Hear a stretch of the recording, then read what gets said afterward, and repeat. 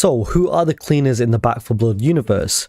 Well, the cleaners are people who are immune to the devilworm parasite and survived the apocalypse caused by the transformation of humans into homicidal mutant zombie-like beings due to the devilworm parasite. Hardened by the unspeakable events and emboldened to fight for humanity, these groups of veterans of the apocalypse have rallied together to take on the parasite-infected horrors known as the Ridden to take back what is left of their world. So I'm your host Abz, and in this video I'll be explaining the lore and backstory behind the cleaners in the Back4Blood universe. So if you'd like to see more Back4Blood lore videos, be sure to smash that like button and subscribe for more video game lore content. Now at launch there will be 8 playable cleaners in Back4Blood, so let's break down these 8 characters. So first up we have Walker. Now Walker is the oldest of 5 siblings. Elijah Walker was born in Evansburg to a hard-working blue-collar family. The former Army Ranger and war-torn veteran is highly skilled with a wealth of frontline combat experience. Walker is a man of few words, but when he speaks, he commands the attention of his fellow cleaners, who they all respect his commitment to the fight. He believes that he must lead his teammates to safety and takes it upon himself to decide what is best for the team, so he shows himself to be the leader of the team, keeping his allies in check and constantly reminding them of the situations that they are facing or situations that they will soon have to face. Walker seems to be the man with a plan, and Walker seems to have found his family at Fort Hope and states that together he and his fellow cleaners will take back what was theirs for those that are here and for generations yet to come. We also have Evangelo. Now Evangelo may be the youngest and least experienced cleaner on the team, but he has proven to be a quick study. Besides being good in a fight, Evangelo has established himself as a loyal and reliable member of the team. He tends to talk a lot, especially when he's nervous, but he's eager to show that he has what it takes to be a cleaner. Evangelo said that his dad always said you've got to play the cards you're dealt, and luckily for Evangelo, he's got a handful of aces. So he prefers positivity over anything negative, and he enjoys anything good that his team comes across. Evangelo despises the Ridden, probably more than his fellow allies do. He also shows a deep admiration towards his hoodie, as every time blood or other infectious liquids make contact with it, he tends to complain. Next up we have Holly. Now Holly stated that she was almost done with college and still didn't have a clue as to what she wanted to do in life. But then of course the apocalypse took place and she found her calling. Holly lost her neighbours and her family to the devilworm parasite, but she acknowledges that it doesn't make her special because so many others have lost loved ones to the parasite as well. But at least she still has her trusty nail-spiked baseball bat she affectionately calls Dottie. Holly Forrester learned to channel all her energy into being a cleaner and is known as the glue that keeps the team together. We also have good old Hoffman, a meticulous individual, enthusiastic prepper and conspiracy theorist. When the infection hit, Hoffman and his mother hunkered down and rode out the storm as the rest of the world fell into chaos. After his mother passed away in her sleep and his supplies ran out, he left his boarded up house to face the world of the devilworm.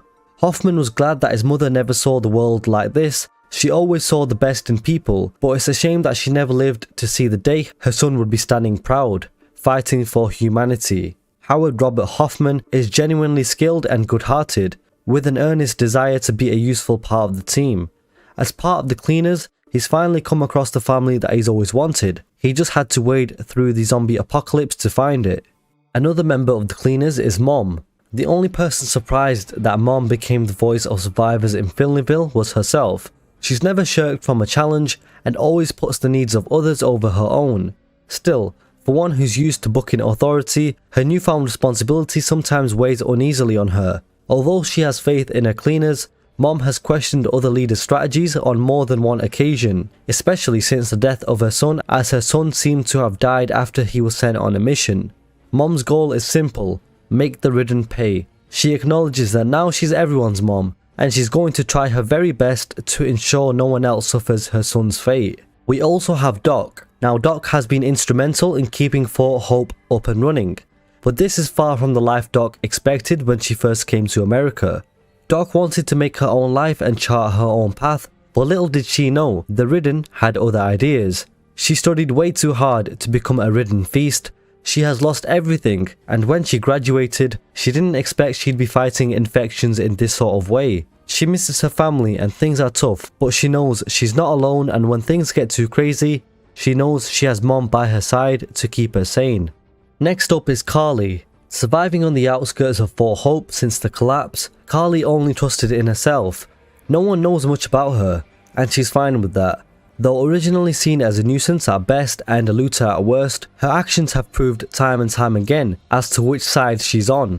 Now with the Ridden on the rise, she's made the choice to fight alongside the survivors. She may not be a cleaner by name, but she more than makes up for it in attitude. She definitely looks out for herself as she hangs at the outskirts of the cleaners. She seems to just sort of do her own thing. She just knows she'll be there when they need her, or she'll be there when they are offering something good enough to trade for her services. And finally we have our 8th cleaner, who is Jim. Nobody knows Finleyville and the surrounding county like Jim. From an early age he would head out into the countryside with his father, hunting and trapping with the best of them. After a stint in the military, he returned home, only to see it ravaged by the collapse. Now he's found his place among the most trusted cleaners. When not fighting back to back with his team, he's scouring the countryside of his beloved Pennsylvania, rooting out the Ridden infestation.